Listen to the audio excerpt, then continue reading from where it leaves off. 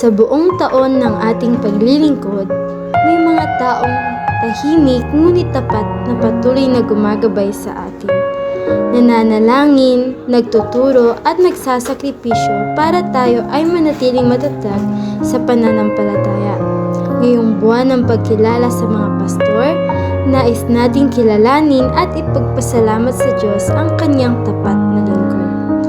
Ang pastor na naging instrumento ng kanyang pag-ibig at liwanag sa lahat.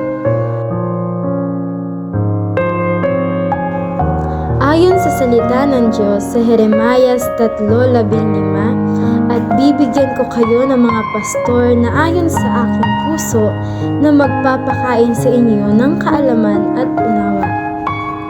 Tunay ngang kayo ay kaloob ng Diyos, isang pastol na patuloy na nagtuturo ng katotohanan at nagmamahal sa kawan ng Panginoon. Nararapat ding bigyang pahalaga dahil ito ay nakasaad sa unang Timoteo 5:17. Ang mga matatandang namumuno ng mabuti ay dapat ituring na karapat-dapat sa ibayong parangal, lalo na yaong mga nagpapagal sa pangangaral at pagtuturo. Kayo po ay aming inspirasyon at patunay na katapatan ng Diyos sa kanyang pastor na nagpapatuloy sa mabuting gawa na maiuugnay sa salita ng Diyos sa Galatia 6:19. Huwag tayong mapagod sa paggawa ng mabuti sapagkat sa takdang panahon, tayo ay mag-aani kung hindi tayo susuko. Magpatuloy po kayo, pastor, sapagkat sa bawat hakbang ninyo ay may mga pusong nababago at mga buhay na muling sumisigla sa Panginoon.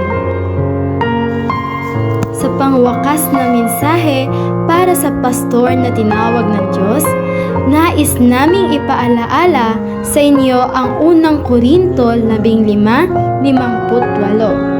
Kaya nga, mga minamahal kong kapatid, magpakatatag kayo, huwag matinag, magpakasipag sa gawain ng Panginoon, yamang nalalaman ninyong hindi masasayang ang inyong pagpapagal sa Kanya.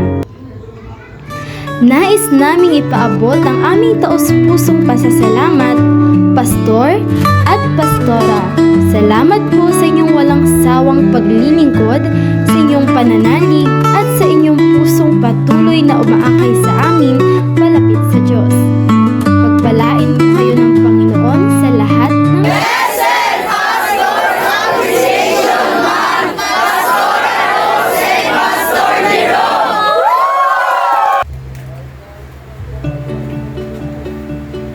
Uy, saglit lang. Saglit lang, kapatid.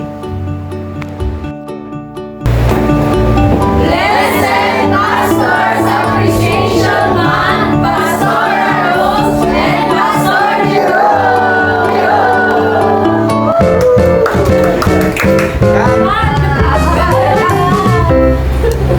Cut. Uy, saglit lang, kapatid.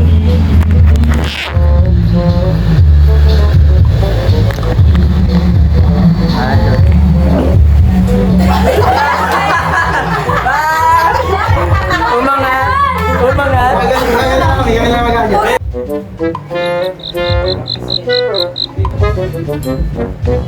Uy, saglit lang, kapatid.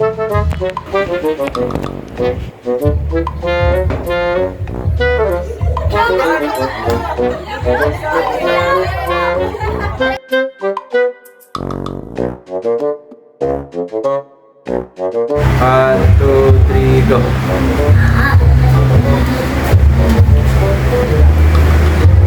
Uy, saglit lang.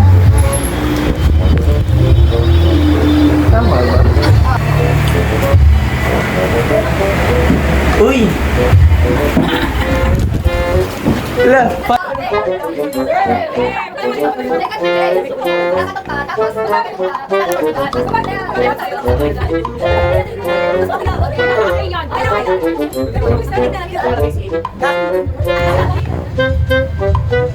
Uy, saglit lang.